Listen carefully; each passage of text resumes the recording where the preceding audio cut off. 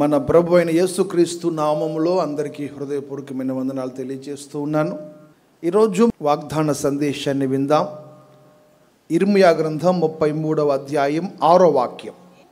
నేను దానికి ఆరోగ్యమును స్వస్థతను మరలా రప్పించుచున్నాను, వారిని స్వస్థపరచుచున్నాను, వారికి సత్య సమాధానములను సమృద్ధిగా బయలుపరచెదను. ఇది చెరపట్టబడినటువంటి ఇశ్రాయేలు ప్రజలు లేక శత్రు చెరలో ఇబ్బందులు పాలవుతున్న వారిని గూర్చి చాలా స్పష్టంగా దేవుడు చెప్తున్న మాట. ఇర్మియా ద్వారా తెలియచేయబడినటువంటి ఈ మాటలు, ఇర్మియా గారు అప్పటికే చెరసాలలో బంధించబడి ఉన్నాడు. అప్పటికే శత్రువుల యొక్క చెరలో బందీగా పట్టబడి ఉన్న వ్యక్తి ద్వారా ప్రభు మాట్లాడుతూ అంటారు, నేను దానికి ఆరోగ్యాన్ని స్వస్థత మరలా రప్పిస్తాను, స్వస్థపరుస్తాను, వారికి సత్య సమాధానములను సమృద్ధిగా బయలుపరుస్తాను అంటారు. అంటే అప్పటి వరకు వారు ఏమేమి కోల్పోయారో, ఏమేమి పోగొట్టుకున్నారో వాటన్నిటినీ నేను మరలా వారికి దయచేయబోతున్నాను అని చాలా స్పష్టంగా ప్రభు చెబుతున్నాడు. దీనిలో ప్రాముఖ్యంగా ఈరోజు నేను మీకు చెప్పాలనుకున్న మాట, ప్రభు నాకు ఇచ్చిన ఒక ఆలోచన. 6వ వాక్యం చివరి భాగంలో మీరు చూస్తే, వారికి సత్య సమాధానములను సమృద్ధిగా బయలుపరచెదను. ఇప్పుడు వారు కోల్పోయింది ఏమిటి? అప్పటి వరకు వాళ్ళ జీవితంలో కలిగి ఉన్నాము అని చెప్పుకున్న వాళ్ళు ఉన్నట్టుండి శత్రుచెరలో పట్టబడినప్పుడు వారు ఏమి పోగొట్టుకున్నారో, ఏమి పోగొట్టుకుంటే దేవుడు వారికి మరలా దయచేస్తానని చెబుతున్నాడు అంటే, అన్నిటికంటే ప్రాముఖ్యంగా సత్యమును పోగొట్టుకున్నారట, సమాధానాన్ని పోగొట్టుకున్నారు. ఇప్పుడు ప్రభు అంటాడు, నీ ఆరోగ్యము క్షీణించడానికైనా, నీకు స్వస్థత కలగకపోవడానికైనా, నీ శాపము తొలగిపోకుండా ఉండడానికైనా, నీవు దరిద్రతలో నిలిచి ఉండడానికైనా, వీటన్నిటికీ మూలం ఏమిటంటే నీవు సత్యాన్ని పోగొట్టుకున్నావు, సమాధానాన్ని పోగొట్టుకున్నావు. ఇప్పుడు నేనేం కోరుకుంటున్నానంటే, నేను నీకు సత్య సమాధానాన్ని ఇచ్చేసాను అనుకో, మరలా నువ్వు వీటన్నిటి వెనక పరిగెత్తవలసిన అక్కర్లేదు. సత్యము సమాధానము ఎక్కడ ఉంటుందో అక్కడ నీకు ఆరోగ్యము ఉంచబడుతుంది. స్తోత్రం చెప్పండి గట్టిగా. సత్య సమాధానాలు ఎవరికి ఇవ్వబడతాయో వారు స్వస్థపరచబడతారు, వారు దీవెనను పొందుతారు, వారికి ఉన్న శాపపు కట్లన్నీ పూర్తిగా తెంచబడిపోతాయి. ఈ రోజున ఒక దైవజనుడుగా నేను కోరుకుంటున్నాను, ఈ సత్య సమాధానముల వలన కలిగే ప్రతి దీవెన ఇక్కడున్న ప్రతి వారికి నా దేవుడు కలుగు చేయునుగాక. నాకు అక్కడ మరొక మాట కూడా నా హృదయానికి హత్తుకున్న మాట ఏమిటంటే, ఒక్కసారి మీరు 7వ వాక్యం, మొదట ఉండినట్లు వారిని స్థాపించుచున్నాను. మొదట ఉండినట్లు అంటే మొదట వారి దగ్గర సత్య సమాధానాలు ఉన్నాయా లేదా? ఉన్నాయి. ఆరోగ్యం ఉందా లేదా? దేవుని మేలు పొందుకున్నారా లేదా? దేవుని ద్వారా ఆశీర్వదించబడి అన్నీ పొందుకున్నారు. సడన్గా ఉన్నటువంటి ఇవన్నీ ఆగిపోయాయి, వీటన్నిటికీ బ్రేక్ పడిపోయింది. ఎక్కడ అడుగు ముందుకు వేయలేని దౌర్భాగ్య పరిస్థితిలోకి వెళ్ళిపోయారు. ఎప్పుడైతే ఆ పరిస్థితిలోకి వెళ్ళిపోయారో ప్రభు అంటాడు, నేను మీకు మరలా మొదట ఉన్నట్లుగా సత్య సమాధానములు దయచేయబోతున్నాను. నా ప్రియ దేవుని పిల్లలారా, ఖచ్చితంగా ఈ సత్య సమాధానముల వలన కలిగే ప్రతి దీవెన మన సొంతమవునుగాక. ఈ సత్యము ఏం చేస్తుందో కొన్ని విషయాలు నేను మీకు చెప్తాను. చదవండి. మొదటిగా, అసలు ఎందుకు సత్యములో నిలిచి ఉండాలి, సత్యం మనకు ఎందుకు ఇస్తానంటున్నాడు ప్రభు, సత్యం మన జీవితంలో ఏం చేస్తుంది అంటే, ఒకసారి మీరు సామెతల గ్రంథం 3వ అధ్యాయం 3వ వాక్యం చూడండి. దయను సత్యమును ఎన్నడూ నిన్ను విడిచిపోనియొద్దు. 51వ కీర్తన 6వ చరణం కూడా చూడండి. నీవు అంతరంగములో సత్యము కోరుచున్నావు. దేవుడు ఏం కోరుకుంటున్నాడు మన దగ్గర? మన అంతరంగములో ఏముండాలని కోరుకుంటున్నాడు ఆయన అంటే, సత్యం ఉండాలని కోరుతున్నాడు. అట్లాగే సామెతల గ్రంథకర్త అంటాడు, సొలొమోను చెబుతూ అంటాడు, దయను సత్యమును ఎన్నడును నిన్ను విడిచి వెళ్ళిపోనివ్వద్దు, వాటిని జాగ్రత్తగా నువ్వు కాపాడుకోవాలి. నీవు సత్యములో ఉండాలి, సత్యము నీతో ఉండాలి. ఇది చాలా స్పష్టంగా పరిశుద్ధాత్ముడు చెప్తున్నమాట. మరి ఇప్పుడు ఈ సత్యంలో ఎందుకు నిలిచి ఉండాలి, ఎందుకు సత్యం మనల్ని విడిచి వెళ్ళిపోకుండా కాపాడుకోవాలి అంటే ఒక 7 విషయాలు చెప్తాను. ఒక్కొక్కటి మీరు త్వరగా చదవండి. మొదటి మాట చూడండి, రాజుల 2వ గ్రంథం 20వ అధ్యాయం 3వ వాక్యం చూడండి ఒకసారి. యెహోవా యథార్థ హృదయుడనై సత్యముతో నీ సన్నిధిని నేను ఎట్లు నడుచుకొంటినో, నీ దృష్టికి అనుకూలముగా సమస్తమును నేను ఎట్లు జరిగించితినో కృపతో జ్ఞాపకము చేసుకొనుమని హిజ్కియా కన్నీళ్లు విడుచుచు యెహోవాను ప్రార్థించెను. రాజైన హిజ్కియా ప్రవక్త తన దగ్గరకు వచ్చి, నీకు మరణకరమైన రోగం వచ్చింది, నువ్వు చనిపోబోతున్నావు, నీ ఇల్లు చక్కబెట్టుకోమని చెబుతున్నాడు ప్రభు అని చెప్పాడు ఆయనకి. ఈయన ఇల్లు చక్కబెట్టుకొని, ఇక నా సమయం అయిపోయిందట, ఇప్పటి వరకు బ్రతకడానికి దేవుడు నాకు కృపనిచ్చాడు, ఇక ఇప్పుడో రేపో మరునాడో నేను చనిపోబోతున్నాను, ఈలోపు నన్ను నేను సిద్ధపరుచుకుందాము దేవుని సన్నిధికి వెళ్ళి అని అనుకోలేదు. వెంటనే ప్రభు దగ్గరికి వెళ్ళి తను అడుగుతున్న ఒక్క మాట ఏంటంటే, సత్యముతో నేను ఎలా నడుచుకున్నానో నీ కృపతో నీవు జ్ఞాపకము చేసుకో. అంటే నేను బ్రతికినంత కాలం నా అంతరంగములో నీవు కోరుకున్న సత్యము కలిగి బ్రతికాను, అలాగే నేను సత్యములో నిలిచి ఉన్నాను, సత్యము నన్ను విడిచిపోకుండా కాపాడుకున్నాను. మరి వీటన్నిటినీ ఏమంటావు, వీటి గురించి నువ్వు ఏం మాట్లాడతావని ప్రభువుని అడిగితే ప్రవక్త యెషయా ఈయనకి చెప్పి, ఇంకా రాజనగరి గేటు కూడా దాటి బయటికి వెళ్ళలేదు. వెంటనే ప్రవక్త దగ్గరికి ప్రభు వాక్కు పంపి అంటాడు, రాజు అయిన హిజ్కియా దగ్గరకు మరలా నువ్వు వెళ్ళు, ఇప్పుడే కదా వెళ్ళి చెప్పొచ్చాను చనిపోతానంటే, అతడు సత్యముతో నడిచిన నడతను నేను జ్ఞాపకం చేసుకున్నాను. మరి ఇప్పుడు ఏం చేయబోతున్నావంటే, అతనికి 15 సంవత్సరాలు ఆయుష్ను పొడిగించబోతున్నాను. స్తోత్రం చెప్పండి, గట్టిగా చెప్పండి.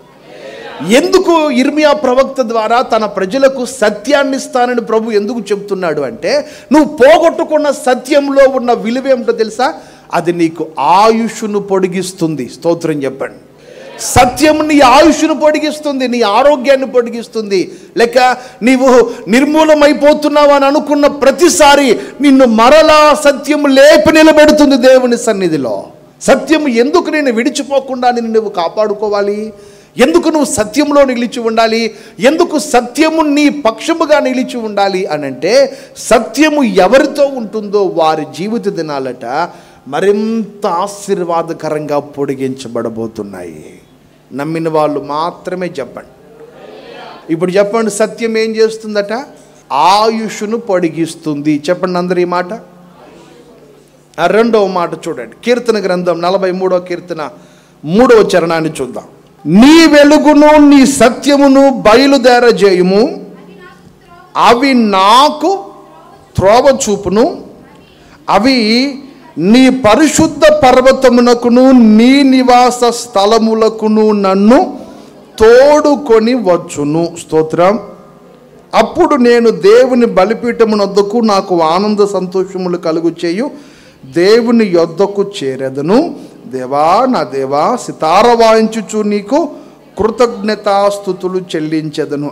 ఒకసారి అందరం ఆ 3వ వాక్యాన్ని చూద్దాం. ఏంటంటే, నీ వెలుగును నీ సత్యమును బయలుదేర చేయుము, అవి నాకు త్రోవ చూపిస్తాయి. ఇప్పుడు సత్యం ఏం చేస్తుందట, అందరు చెప్పాలి. మనకు త్రోవ చూపిస్తుంది, మార్గాన్ని చూపిస్తుంది. మీకు అర్థమయ్యే భాషలో చెప్పాలంటే, ఎవరు సత్యములో నిలబడతారో, ఎవరు సత్యము వారిని విడిచిపోనివ్వకుండా భద్రంగా కాపాడుకుంటారో వారు త్రోవలో నడిచినట్లు. ఇప్పుడు సత్యము తప్పినవాడు త్రోవ తప్పి నడిచినట్లు. ఇప్పుడు త్రోవలో నడిచిన వాడు ఎక్కడికి వెళతాడు? ఇప్పుడు 3వ చరణం 2వ భాగం చూడండి. నీ పరిశుద్ధ పర్వతమునకును నీ నివాస స్థలములకు నన్ను తోడుకొని వెళుతుంది సత్యం. స్తోత్రం చెప్పండి. ఎక్కడికి తీసుకెళ్తుందట సత్యం అంటే? ఇప్పుడు సత్యవంతులందరూ ఎక్కడికి నడిపించబడుతున్నారు? అసత్యంలో బ్రతుకుతున్న వాళ్ళు ఎక్కడికి వెళుతున్నారు? పరిశుద్ధ పర్వతానికి దూరం అయిపోతున్నారు, పరిశుద్ధ స్థలానికి దూరం అయిపోతున్నారు. సత్యము విడిచిపోయినందువలన ఇప్పుడు వీళ్ళు పరిశుద్ధ పర్వతానికి కూడా దూరం అయిపోతున్నారు. ప్రభు అంటాడు, నేను మిమ్ములను సత్యము అనుగ్రహించి మీకు సత్యాన్ని దయచేసి మిమ్ములను త్రోవలో నడవజేయబోతున్నాను. ఇప్పుడు దాకా త్రోవ తప్పిన అనుభవాలు నా దేవుడు తొలగించి నన్ను మన ఒక్కొక్కరిని త్రోవలో నిలబెట్టునుగాక. ఇప్పుడు అక్కడికి వెళ్ళి ఆయన ఏం చేస్తాడట? ఆయనకు కృతజ్ఞతాస్తుతులు చెల్లిస్తాడు. అంటే ఇప్పుడు సత్యం కలిగిన వాని నోట ఏం వినబడుతున్నాయి? మనకి కృతజ్ఞతాస్తుతులు వినబడతాయి. 3వ మాట చెప్తున్నాను, చదవండి. 57వ కీర్తన 3వ చరణం చూద్దాం. ఆయన ఆకాశము నుండి ఆజ్ఞ ఇచ్చి నన్ను రక్షించును, నన్ను మృంగువారు దూషణలు పలుకున్నప్పుడు దేవుడు తన కృపా సత్యములను పంపును. ఎందుకు పంపుతున్నాడు?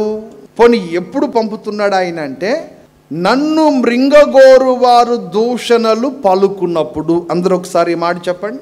నన్ను మృంగగోరు వారు నా మీద దూషణ మాటలు పలుకుతున్నప్పుడు ఇప్పుడు ఆయన ఏం పంపుతున్నాడట? కృపా సత్యం పంపుతున్నాడు ఈయన దగ్గరికి. ఎందుకు పంపుతున్నావయ్యా అంటే, ఆ 3వ వాక్యం మొదటి లైన్లో చెప్తాడు, ఆయన ఆకాశము నుండి ఆజ్ఞ ఇచ్చి నన్ను రక్షించును. దూషణ మాటలు మాట్లాడుతున్న వారి నోట నుండి నన్ను తప్పించడానికి, రక్షించడానికి ఆయన తన కృపా సత్యములను పంపుతున్నాడు. ఈ రోజున 3వదిగా నేను చెప్పదలిచిన మాట ఏంటంటే, నిన్ను దూషించు వారి దూషణల నుండి నా దేవుడు నిన్ను తప్పించబోతున్నాడు. ఎంతమంది నమ్ముతున్నారు? నమ్మితే చేతులెత్తి గట్టిగా స్తోత్రం చెప్పండి. నన్ను దూషించు వారి దూషణల నుండి నన్ను రక్షిస్తున్నాడు ఆయన. దేన్ని పంపి? కృపా సత్యములను పంపి. ఇప్పుడు ఈ సత్యము నన్ను దూషించు వారి నోట నుండి తప్పిస్తుంది. 4వ మాట చదవండి. 61వ కీర్తన 7వ చరణం చూద్దాం. దేవుని సన్నిధిని అతడు నిరంతరము నివసించునుగాక, అతని కాపాడుటకై కృపా సత్యములను నియమించుము. ఇక్కడ గమనించండి. ఇప్పుడు సత్యం ఏం చేస్తుందంటే, నిరంతరము అతడు దేవుని సన్నిధిలో నివసించేటట్లుగా చేస్తుంది. చెప్పండి అందరూ ఈ మాట. సత్యం ఏం చేస్తుందట? మనము నిరంతరము దేవుని సన్నిధిలో నిలిచి ఉండేటట్లుగా చేస్తుంది. ఏమంటే నిరంతరం దేవుని సన్నిధిలో నిలిచి ఉండడం అది కూడా పెద్ద గొప్పేనా అంటే నిజంగానే గొప్ప సంగతి అది. ఎందుకనంటే దైవజనుడు పౌలు అంటాడు, మనతో కలిసి విశ్వాస యాత్ర ప్రారంభించిన అనేకులు ఓడబ్రద్దలైపోయినట్లుగా వారి విశ్వాసము బ్రద్దలైపోయింది. మరొక చోట అంటాడు, దేమా ఈ లోకాన్ని స్నేహించి నన్ను విడిచి వెళ్ళిపోయాడు అంటాడు. ఇట్లా ఒక్కొక్క చరిత్ర మనం చదువుకుంటూ వెళితే, నయమాను దేవుని సన్నిధిలో ఉన్నవాడిగా, దేవుని సేవకుడి దగ్గర ఉన్నవాడిగా, గెహాజీ దేవుని సేవకుడి దగ్గర ఉన్నవాడిగా, అందరూ దైవభక్తి కలిగిన వాళ్ళే కదా. గెహాజీ దైవభక్తితో దైవ సేవకుడి దగ్గర పరిచర్య నేర్చుకోవడానికి అడుగు పెట్టిన వాడిగా చివరికి ఏమైపోయాడు? ఇస్కరియోతు యూదా యేసుతో కూడా ఉన్నవాడిగా తన ముగింపు ఏమైపోయింది? బిలాము దేవుని ద్వారా ఎన్నుకొనబడిన వాడిగా తన ముగింపు ఏమైపోయింది? ఇట్లా చరిత్రలన్నీ చూసుకుంటే ముగింపుకు వచ్చేసరికి దేవుని సన్నిధిలో నిలిచి ఉండకుండా తొట్టిల్లిపోయిన వాళ్ళు చాలామంది ఉన్నారు. దానికి కారణం ఏంటంటే, వారి యొద్దకు పంపబడిన సత్యమును వారు కాపాడుకోలేదు గనుక, సత్యములో నిలిచి ఉండడానికి వారు ఇష్టపడలేదు కనుక దేవుని సన్నిధికి వారు దూరం అయిపోతున్నారు. ఇప్పుడు 4వదిగా నేను చెప్పదలిచిన మాట ఏంటంటే, ఈ సత్యము మనలను అంతము వరకు ఆయన సన్నిధిలో నిలవబెట్టబోతుంది. చెయ్యెత్తి గట్టిగా స్తోత్రం చెప్పండి, సంతోషంగా చెప్పండి. ఈ కృపా సత్యములతో తన సన్నిధిలో నిరంతరము స్థిరపరచబడుదుముగాక. 5వ మాట చదవండి. 69వ కీర్తన 13వ చరణం. నీ కృపా బాహుళ్యమును బట్టి, నీ రక్షణ సత్యమును బట్టి నాకు ఉత్తరమిమ్ము. దేన్ని బట్టి? నీ సత్యమును బట్టి నాకు ఉత్తరమిమ్ము. ఇప్పుడు ఈ సత్యం ఏం చేస్తుందంటే, మనము చేసే ప్రార్థనకు జవాబునిచ్చేటట్లుగా చేస్తుంది. చెప్పండి అందరూ, మనం చేసే ప్రార్థనకి జవాబు వచ్చేటట్లుగా చేస్తుంది. అందుకనే హిజ్కియా దగ్గర మనం గమనించాం కదా, ఇంతకుముందు నేను చెప్పాను మొదటి మాట. ఏమని విన్నాం మనం అక్కడ? సత్యముతో ఎలా నడుచుకున్నానో జ్ఞాపకం చేసుకోమంటే, దేవుడు ఉత్తరం ఇవ్వడానికి ఆలస్యం చేశాడా? వచ్చిన ప్రవక్త గేటు దాటక మునిపే ఉత్తరం వచ్చింది తన దగ్గరికి. చక్కటి జవాబు వచ్చి ప్రభు అంటాడు, నువ్వేమి కంగారు పడొద్దు, నేను నీ ఆయుష్ను పొడిగించబోతున్నాను. నేను చెప్పదలిచిన 5వ మాట ఏంటంటే, నీవు ఎప్పుడైతే సత్యములో నిలిచి ఉంటావో, సత్యం నిన్ను కాపాడుతూ ఉంటుందో, సత్యం నీ కొరకు నిలబడుతుందో, నువ్వు సత్యం కొరకు నిలబడతావో, సత్యములో నిలిచి ఉన్న వారందరి ప్రార్థన మనవులకి వెనువెంటనే నా దేవుడు ఉత్తరం ఇవ్వబోతున్నాడు. 6వ మాట చదవండి. యోహాను సువార్త 8వ అధ్యాయం 32వ వాక్యం చూద్దాం. అప్పుడు సత్యము మిమ్మును స్వతంత్రులనుగా చేయును. అందరూ చెప్పండి ఈ మాట. సత్యము మిమ్మును స్వతంత్రులనుగా చేస్తుంది. ఇప్పుడు సత్యం ఏం చేస్తుందట? మనల్ని స్వతంత్రులుగా చేస్తుంది. అంటే కట్టబడి ఉన్న ప్రతి బంధకములో నుండి ఈ సత్యము మనలను విడిపించబోతుంది. స్తోత్రం చెప్పండి గట్టిగా. ప్రతి బంధకాలు ఈ సత్యము వలన తెంచబడబోతున్నాయి. ప్రతి బంధకాలలో నుంచి మనము స్వతంత్రులనుగా చేయబోతున్నాడు ఆయన. అంటే అర్థం ఏంటంటే, కొంతమంది ఒక్కొక్క దానికి బానిసలైపోయారు, ఒక్కొక్క దానికి కట్టబడిపోయారు, ఒక్కొక్క దానికి అలవాటు పడిపోయారు. ప్రభు అంటాడు, నీవు సత్యములో నిలిచి ఉండాలని కోరుకుంటావా? నేను నీకు సత్య సమాధానం దయచేయాలని కోరుకుంటున్నాను కదా ఈరోజు. దానిని పొందుకోవడానికి ఒకవేళ నువ్వు సిద్ధపడగలిగితే నేను ఖచ్చితంగా నిన్ను స్వతంత్రునిగా చేయబోతున్నాను. అంటే ఇక మీదట నీ మీద ఏ భారము ఉండకుండానట్లుగా నేను నిన్ను స్వేచ్ఛాజీవిగా మార్చబోతున్నాను. 7వ మాట చదవండి. కొరింథీయులకు రాసిన 2వ పత్రిక 11వ అధ్యాయం 10వ వాక్యం చూద్దాం. క్రీస్తు సత్యము నా యందు ఉండుట వలన అకయ ప్రాంతముల యందు నేనిలాగు అతిశయపడకుండా నన్ను ఆటంకపరుచుటకు ఎవరి తరము. ఇక్కడ నేను మీకు చెప్పాలనుకున్న మాట ఏంటంటే, దైవజనుడు పౌలునట కొంతమంది ఆటంకపరుస్తున్నారట. అది పౌలు జీవితం మాత్రమే కాదు, వ్యక్తిగతంగా మన జీవితాలలో కూడా చాలామంది ద్వారా మనం అప్పుడప్పుడు ఆటంకపరచబడుతుంటాం. మనం చేసే పనుల్లో ఆటంకం, మన జీవిత విధానాలలో ఆటంకపరిచే వాళ్ళు చాలామంది మనకు తారసపడుతుంటారు. మనం ఏం చేసినా దాన్ని వ్యతిరేకించే వాళ్ళు మనకు తారసపడుతుంటారు. కానీ ప్రభు అంటాడు, దైవజనుడు పౌలు కూడా గొప్ప ధైర్యం ఏంటంటే, మీరు ఆ 10వ వాక్యం చూస్తే, క్రీస్తు సత్యము నాయందు ఉండుట వలన నన్ను ఆటంకపరుచుట ఎవరి తరము కాదు. నీవు చేయాలనుకున్న కార్యమును ఆటంకపరిచే ప్రతి విరోధి ఆయుధములు అనపబడబోతున్నాయి. నమ్మితే స్తోత్రం చెప్పండి. నీ ఆటంకములన్నీ నా దేవుడు తొలగించునుగాక. దేని మూలముగా? సత్యము మూలముగా. ఏమిటర్రా నీ ధైర్యం అంటే, క్రీస్తు సత్యము నాలో ఉంది గనుక నన్ను ఆటంకపరచటము ఎవరి తరమో కాదు.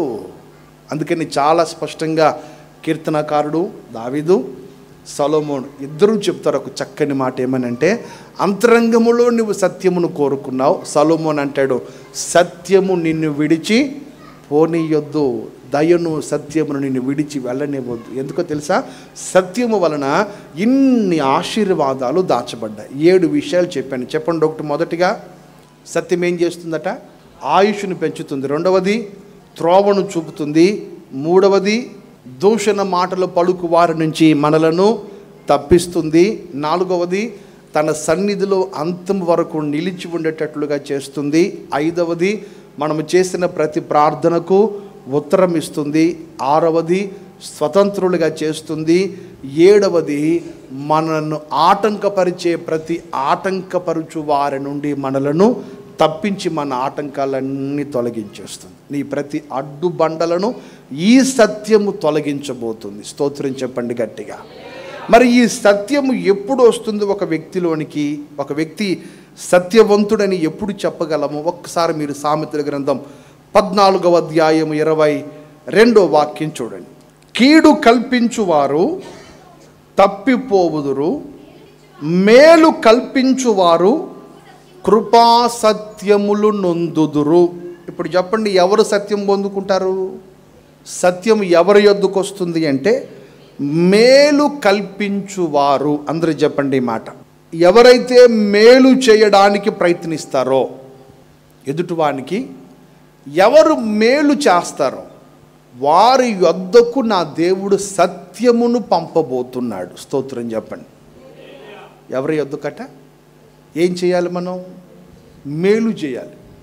అందుకని మన పెద్దోళ్ళు ఒక మాట అంటారు, ఒరేయ్ మేలు చేయకపోతే చేయకపోయావు కానీ కీడు మాత్రం చేయకరా అంటారు. వాడి నోటు దగ్గర కూడు తీయొద్దురా, వాడికి నష్టం చేయొద్దురా, నువ్వు మేలు చేయకపోయినా పర్లేదు కానీ కీడు చేయొద్దు, అదే గొప్ప మేలు అంటారు. అవతలోడికి మనం కీడు చేయకపోవడమే గొప్ప మేలు. ఇప్పుడు దీంట్లో ఇంకొక చిక్కు వచ్చింది. ఏమిటా చిక్కు అంటే, మనం మేలు చేసాం కదా అని అవతలోడు మనకు పూలపాను పేస్తాడా, లేకపోతే మనకు పూల బాటేస్తాడా? వేయడు. మనం మేలు చేసాం కదా అని అవతలవాడు మనల్ని ఏం పెద్ద సాల్వ కప్పి సన్మానించడు. దైవజనుడు పేతురు గారు దీని గురించి వ్రాస్తూ అంటాడు, కీడు చేసి మేలు అనుభవించుట కంటే మేలు చేసి కీడు అనుభవించుట మంచిది, ఇది మీ మూలముగా దేవుని చిత్తమయ్యున్నది అంటాడు. అంటే ఇప్పుడు ఏమిటి దేవుని చిత్తము అంటే, నీవు మేలు చేస్తున్నావు, మరొక ప్రక్క నీకేమొస్తుంది? కీడు వస్తుంది. నువ్వు మేలే చేస్తున్నావు కానీ కీడు పొందుకుంటున్నావు తిరిగి. నువ్వు అప్పుడు సంతోషించవలసిన విషయం ఏంటంటే, నేను దేవుని చిత్తము నెరవేరుస్తున్నాను అని నువ్వు సంతోషపడుతూ ఉన్నావు అనుకోండి, నీ యొద్దకు నా దేవుడు సత్యమును పంపుతాడు. ఎప్పుడైతే సత్యము నీ యొద్దకు వస్తుందో నీ ఆయుష్కాలం పొడిగించబడుతుంది, నీ అడ్డంకులన్నీ తొలగిపోతాయి. సత్యము నీకు ఏ మేలు చేయాలనుకున్నదో ప్రతిదీ నీవు పొందుకొనబోతూ ఉన్నావు. అందుకని మొదటిగా సత్యం మనం పొందుకోవాలి అంటే మనం ఏం చేయాలట?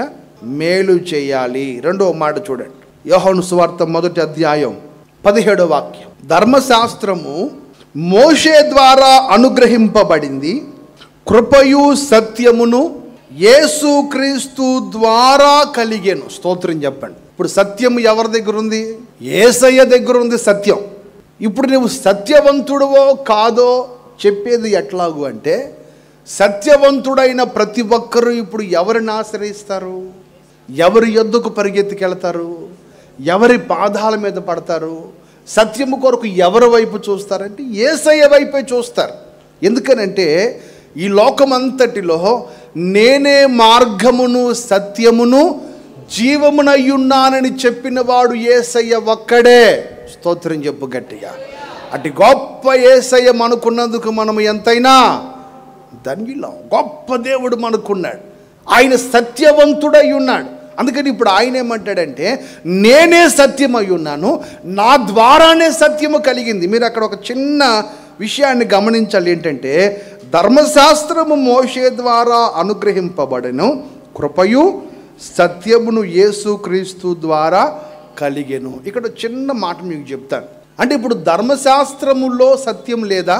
మీకు ఆ వ్యత్యాసం అర్థమైందా? ధర్మశాస్త్రము ఎవరి వలన ఇవ్వబడిందట? మోషే ద్వారా అనుగ్రహించబడింది. ఇప్పుడు కృపా సత్యము ఎవరి ద్వారా అనుగ్రహించబడుతున్నాయి అంటే, ఇప్పుడు ధర్మశాస్త్రములో సత్యం లేదా? మీరు ఒక చిన్న వ్యత్యాసాన్ని అక్కడ గమనించాలి. ఏంటంటే, ధర్మశాస్త్రము ఎంతసేపటికి ఏం చెప్పిందో తెలుసా? కంటికి కన్ను, పంటికి పన్ను. ఒకడు చేయి తీసేస్తే నువ్వు కూడా, ఒకడు కన్ను తీసేస్తే నువ్వు కూడా, ఒకడు నిన్ను గిల్లితే నువ్వు కూడా గిల్లు, ఒకడు గిచ్చితే నువ్వు గిచ్చు, ఒకడు తిడితే నువ్వు తిట్టు. ఇది ధర్మశాస్త్రం నేర్పించింది. ఇప్పుడు యేసు ప్రభు వచ్చి నేర్పించాడో తెలుసా? నీ శత్రువు కొరకు కూడా నువ్వు ప్రార్థన చేయి. స్తోత్రం. అవతలో నేను కొట్టాడా, కొడితే వాడి కొరకు ఏం చేయాలి? ప్రార్థన చేయి. మౌనంగా చేయరు, ప్రార్థన చేయి. ప్రార్థన చేసి ప్రభు చేతులకు అప్పగించి వదిలేసి, నువ్వు కొడితే మా కొడితే 4 చంపదెబ్బలు కొడతావు, దేవుడు కొడితే ఫుట్బాల్ ఆడతాడు. పగ తీర్చడం ఎవరి పని? ఇప్పుడు ఇది యేసు ప్రభు నేర్పిస్తున్న సత్యం ఏంటంటే, ఒరే బాబు, ధర్మశాస్త్రం మోషే వలన అనుగ్రహించబడింది, ఇప్పుడు నేను మీకు సత్యాన్ని ఇస్తున్నాను, ఈ సత్యములో మీరు నిలిచి ఉండండి. స్తోత్రం. మరొక మాట చూడండి, యోహాను సువార్త 14వ అధ్యాయం 6వ వాక్యం. నేనే మార్గమును సత్యమును జీవమును, నా ద్వారానే తప్ప ఎవ్వడు తండ్రి యొద్దకు రాడు. నా ద్వారా తప్ప తండ్రి యొద్దకు ఎవడు రాలేడు. నేనే మార్గాన్ని సత్యాన్ని జీవమునై ఉన్నాను.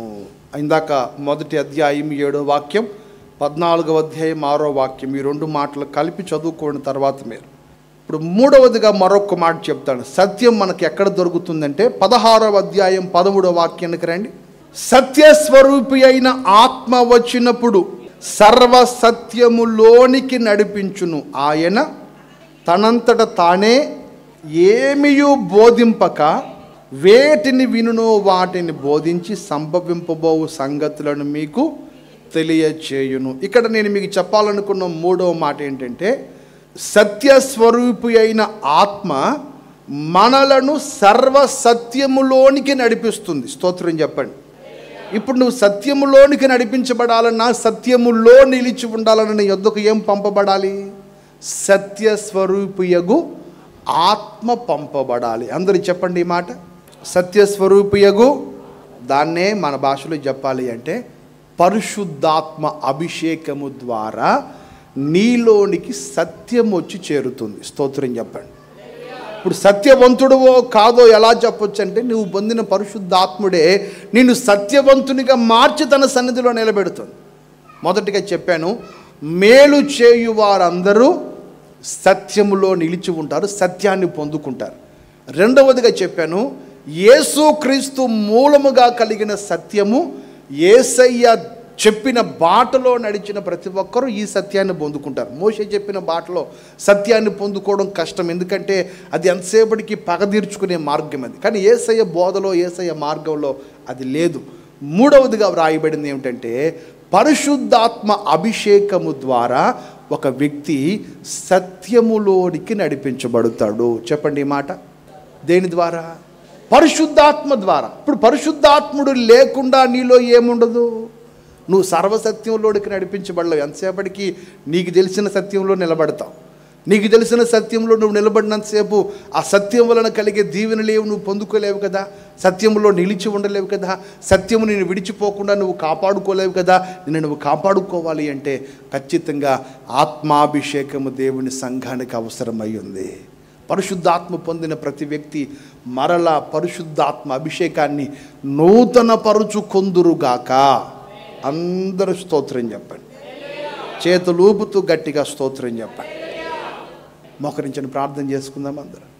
పరిశుద్ధుడైన మా తండ్రి, జీవాధిపతి నీ పరిశుద్ధ గణనామానికి స్తోత్రాలు. ఈ మొదటి ఆదివారపు దినాన సత్య సమాధానములు మా యొద్దకు పంపుతానని, వాటిని బయలుపరుస్తానని తేటగా మాకు తెలియచేశారు. మేము ఏమి పోగొట్టుకున్నామో వాటిని మా యొద్దకు పంపితే వాటి మూలముగా కలిగే ప్రతి దీవెన మా సొంతం అవుతుందని లేఖనాల ద్వారా మమ్మల్ని హెచ్చరిస్తూ వచ్చారయ్యా. ప్రత్యేకంగా సత్య సమాధానములు కలిగి మీ సన్నిధిలో ముందుకు సాగుటకు మాకు కృప దయచేయమని ప్రార్థన చేస్తూ ఉన్నాను. సత్యం మూలముగా కలిగే ప్రతి దీవెన మా సొంతం అవ్వాలి. సమాధానము కలిగిన వారికి మీరు అనుగ్రహించబోతున్న ప్రతి ఆశీర్వాదం మా సొంతము కావాలి. మేము సత్యములో నిలిచి ఉండాలి, సమాధానములో నిలిచి ఉండాలి. అలా నిలిచి ఉండదగిన కృప మాకు మీరు దయచేయమని ప్రార్థన చేస్తున్నాను. ఎంతమంది మాటలు విన్నారో వారందరినీ వాక్యములో స్థిరపరచండి. వారి కుటుంబాలలో నూతన దీవెన, సత్య సమాధానములు నిలిచి ఉండునుగా కను పలుకుచున్నానయ్యా. నిలిచి ఉండనివ్వండి నైనా వారి కుటుంబాలను. మీరు కృపనిచ్చి మహిమ పొందుకోండి. ఇంతవరకు మాతో మీరున్నందుకు స్తోత్రాలు చెల్లిస్తూ యేసయ్య పరిశుద్ధ నామాన ప్రార్థించి వేడుకొనిచున్నాము తండ్రి. ఆమెన్. మన ప్రభువైన యేసుక్రీస్తు కృప, తండ్రి అయిన దేవుని ప్రేమ, పరిశుద్ధాత్మ దేవుని సహవాసము, తీర్మానంతో ప్రార్థించిన వారికి నీ సకల పరిశుద్ధులకును ఈ కార్యక్రమాన్ని వీక్షించున్న వారందరికీ ఆయన సన్నిధి కాంతి సదాకాలము తోడై నడిపించునుగాక. ఆమెన్. హల్లెలూయా.